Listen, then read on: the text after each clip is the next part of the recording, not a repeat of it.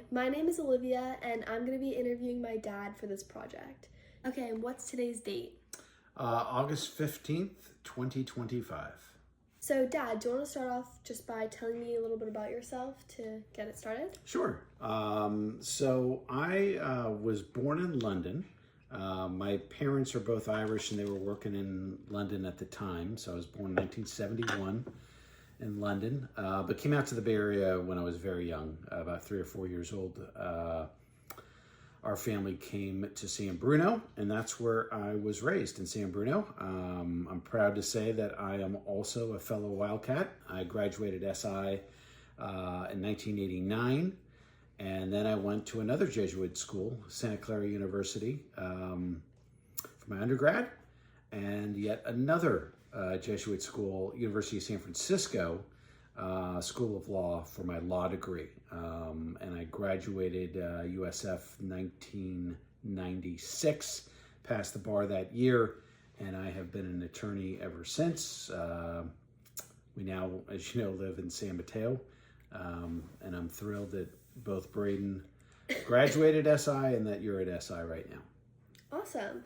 So, for this project, I'm supposed to be interviewing someone for a historical life event that they went through that was meaningful to them. So, I understand that you went through a meaningful life event that was historic. So, what was that? Yeah, it was the San Francisco earthquake of 1989. So, where were you living at the time? I was living at a dorm in Santa Clara. I actually forget the name. It was a 2-story dorm. It was all freshmen in that dorm. Okay, so yeah, you were in your freshman year, correct? Right, yes. So what were you doing right before the earthquake struck? Who were you with and what was going on?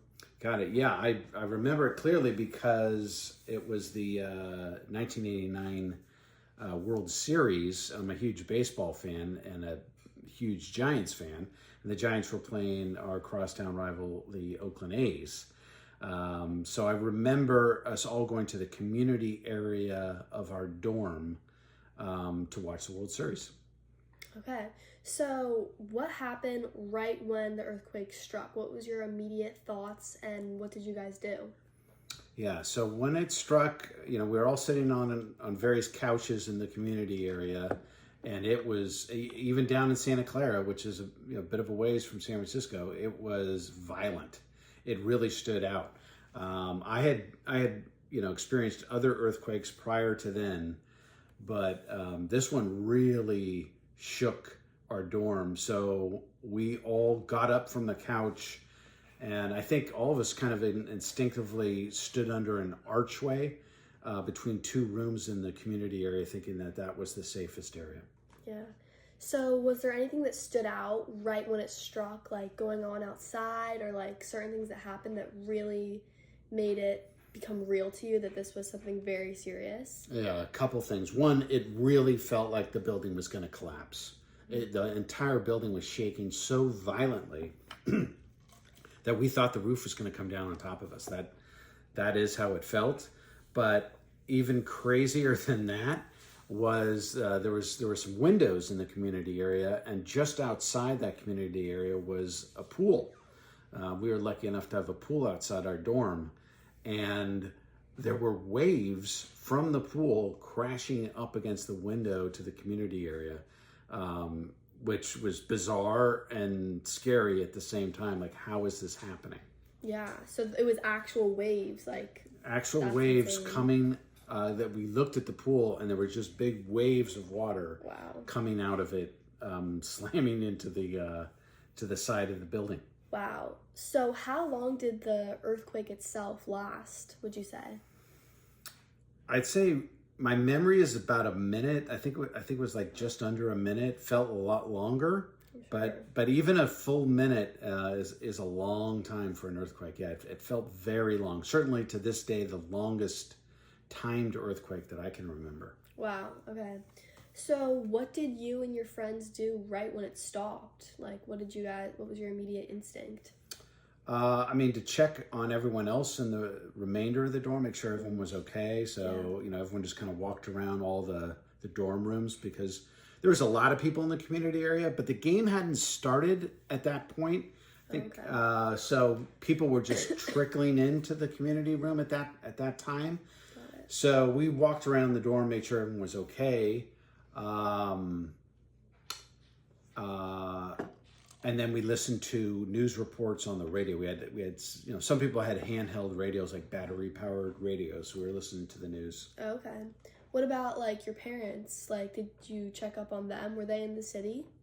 They were in Burlingame at the time because my parents owned an Irish import store called Four Green Fields on Burlingame Avenue, and they eventually got through to me, or I eventually got through to them. I forget which it was.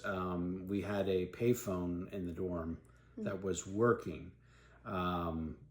Eventually, it worked, and so anyway, finally got through to them, and they told me that the store violently shook as well, and that what they couldn't believe was the sidewalk. They walked outside, and they said the sidewalk was like a wave itself, up and down Burlingame Ave sidewalk. They said it was incredible. Yeah. Wow.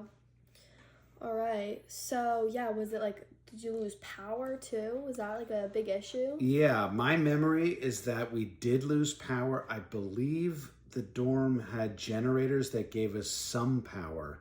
Okay. But my memory is that there was like candle lights used and things like that. Yeah, I could imagine that being a big issue. Yeah. And then I also have a distinct memory of some people having the giant boom boxes that were powered by batteries. Wow. They were just like, well, let's have fun. So there was a lot of music that night. Really? That's great. Yeah. So what about like the week after that? Like, did it bleed into your life for a bit? Well, yeah, that night and then the coming days, because we finally got word of what was happening throughout the remainder of the Bay Area. So a portion of the Bay Bridge collapsed, and cars, went down from the top level to the bottom. Yeah. And worse than that, there was the Embarcadero Freeway, which doesn't exist anymore, but there was a freeway all along the Embarcadero in San Francisco that tragically the top level crashed into the bottom. A lot of people were killed. Wow. So that's what really stood out. And then the aftermath of, trying to make sure all survivors got out of there and things like that. Yeah, so did you see the city like in distress? Did you get to see like what that all looked like? Yeah. I did eventually, maybe a few days later. Okay. And there was a lot of destruction in the city. The marina in particular, there was a lot of severely damaged buildings. Yeah, it was an incredible result. Yeah. Yeah. So how did your family and community support each other in this time that was such a tragedy? Well, in terms of the community, what stood out to me is just all the efforts. I mean, obviously led by the fire department, but the community at large as well to do everything possible to save as many lives as possible in the Embarcadero Freeway disaster. That really stood out to me, and locally and family, I think we all commiserated with neighbors and worked together to rebuild the areas that were damaged. Yeah. So how did this get spread? Obviously there was no social media or anything like that. Was it mostly through like newspapers or television? Like how did this get worldwide? Yeah, so no cell phones, no internet. It would have been TV news, which was big. I remember the 10 o'clock news was a big news program that a lot of people watch on Channel 2. So I remember watching that every night, and newspapers were huge as well, which they aren't anymore. But back then, I mean, for the next month or so, everybody, I think, made it a point to go out and if you weren't already subscribing to the newspaper, to go to a newspaper stand and get a newspaper every day. Yeah. Yeah, and that's how we found out, how things were going, how progress was occurring, etc. Oh, great, yeah. So how would you say that the experience affected you personally at the time? It affected me because it was just such a serious event. Going through it was so violent. There's the fear, is the roof going to come down on us? That I'll never forget. And then obviously all the loss of life. Right. But to this day, anytime there's an earthquake, my mind always goes back to that moment. Yeah. Thankfully, we've never had one like that since. Yeah, I was gonna say, like, has this changed the way you go about emergencies or earthquakes? Like, has that changed your fight or flight mode, maybe? Yeah, I think what it's done is it's given me more confidence that everything is going to be okay, because that was as violent as I would think it could ever get. Right. And yes, I mean, there was the tragedy of the Embarcadero and what happened on the Bay Bridge, yes. But, the building I was in withstood it fine. The building my parents was in stood it fine. So I think what it's done is caused me not to panic when there is an earthquake, That's great. that I've experienced since then. All right, and lastly, I'm going to ask you, what do I need to know that I haven't asked you yet?